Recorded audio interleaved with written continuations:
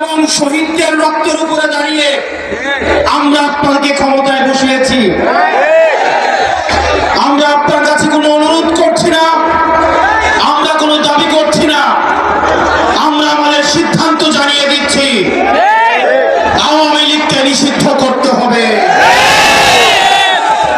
যদি কিন্তু কোনো অথবা নেই, আওয়ামী লীগকে অনতি বিলম্বে নিষিদ্ধ করতে হবে।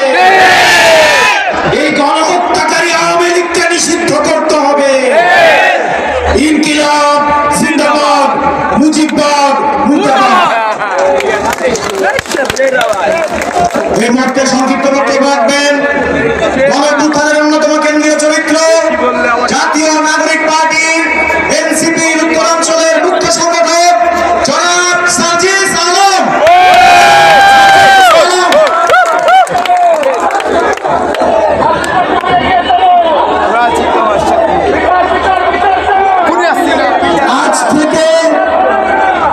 আজ থেকে 9 মাস আগে আগস্টের ওই 3 তারিখে ঠিক এমন সূর্যাস্তের সময় শহীদ মিনারের ওই উন্মুক্ত প্রান্তে দাঁড়িয়ে আমরা বাংলাদেশের ছাত্র জনতা একসাথে ঐক্যবদ্ধভাবে হাত উঁচু করে রায় দিয়েছিলাম।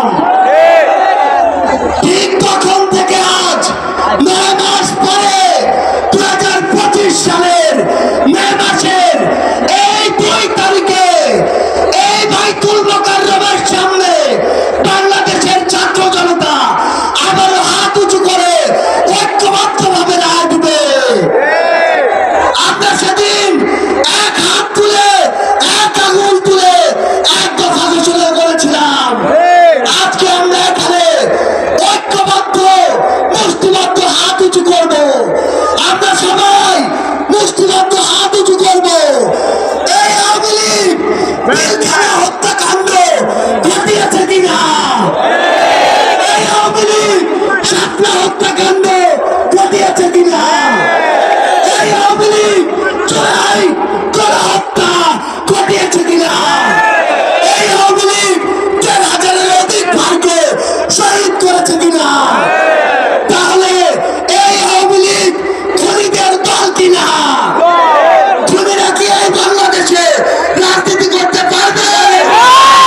সন্ত্রাসীরা কি এই বাংলাদেশে রাজনীতি করতে পারবে? আমরা এই বাংলাদেশে খুনি সন্ত্রাসী আওয়ামী লীগের নিষিদ্ধ চাই কিনা? আমরা খুনি হাসিনার ফাঁসি চাই কিনা? সবাই একসাথে আজকে বাইতুল মোকাররমের এখানে স্লোগান দিতে হবে,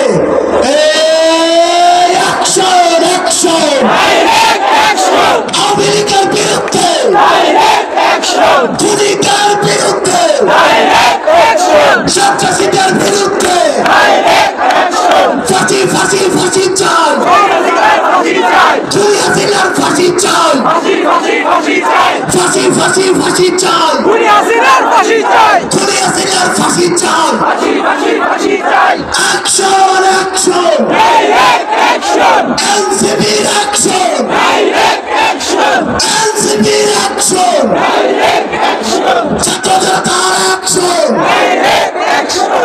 সবাই একসাথে বলতে হবে, ইনকিলাব ইনকিলাব, ইনকিলাব ইনকিলাব, দিল্লি না ঢাকা, দিল্লি না ঢাকা, ক্ষমতা না জনতা, আপোষ না সংগ্রাম, দালালি না রাজপথ, দিয়েছি তো রক্ত, আরো দেব রক্ত, রক্তের বন্যায় ভেসে যাবে অন্যায়, আবু সাইদ মুক্ত, শেষ হয়নি যুদ্ধ, সাইদ ওয়াসিম মুক্ত, শেষ হয়নি যুদ্ধ।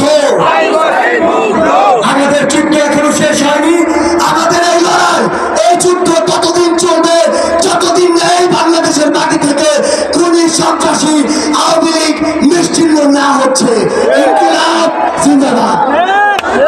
ধন্যবাদ জানাচ্ছি। জনাব সাজিদ আলমকে। আমরা সমাবেশের প্রায় শেষ পর্যায়ে উপস্থিত হয়েছি।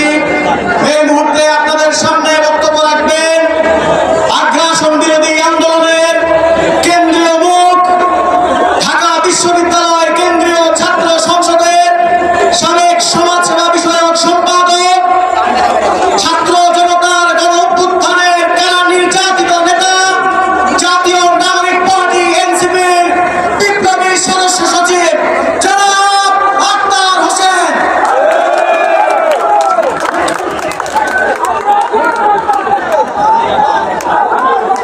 সম্মানিত ভাই ও বোনেরা, যে আওয়ামী লীগ বাংলাদেশের জনগণের বিরুদ্ধে সন্ত্রাস করেছে,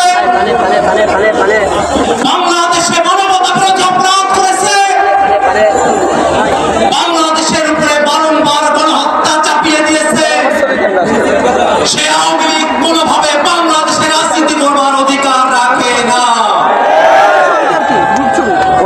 আমরা অন্তর্বর্তীকালীন সরকারকে বলতে চাই, অতীতের মতো সুশীল তত্ত্বাবধায়ক সরকার আপনারা না, আপনারা গণঅভ্যুত্থানের সরকার। গণঅভ্যুত্থানের ম্যান্ডেট নিয়ে যারা উপদেষ্টা হয়েছেন তাদের কাছে প্রশ্ন, যে আওয়ামী লীগ বাংলাদেশে গণহত্যা করেছে, সে আওয়ামী লীগের বিরুদ্ধে আইনগত ব্যবস্থা নিতে বাধা কোথায়? আজকে সাধারণ জনগণের উপরে চাপিয়ে দেওয়া হয়। আমরা স্পষ্ট করে বলতে চাই, ওই 5ই আগস্ট বাংলাদেশের জনগণ সিদ্ধান্ত নিয়েছে, আওয়ামী লীগ নামে, নৌকা মার্কার নামে, মুজিববাদী আদর্শের নামে বাংলাদেশে কোনো রাজনীতি চলতে পারে না। বন্ধুগণ আমার, এখনো পর্যন্ত আওয়ামী লীগের নিবন্ধন আছে। আমরা হুঁশিয়ারি দিয়ে বলতে চাই যে আওয়ামী লীগ বাংলাদেশে সন্ত্রাস করেছে, আওয়ামী লীগের নাম নির্বাচনের নিবন্ধনের খাতা থেকে কেটে সন্ত্রাসীদের খাতায় উল্লেখ করতে হবে। বন্ধুগণ আমার, বাংলাদেশে যতদিন পর্যন্ত জুলাই প্রজন্ম বেঁচে আছে, ততদিন পর্যন্ত বাংলাদেশে আওয়ামী লীগকে আমরা 1 সেকেন্ডের জন্য প্রাসঙ্গিক হতে দেব না। আওয়ামী লীগের দোষর জাতীয়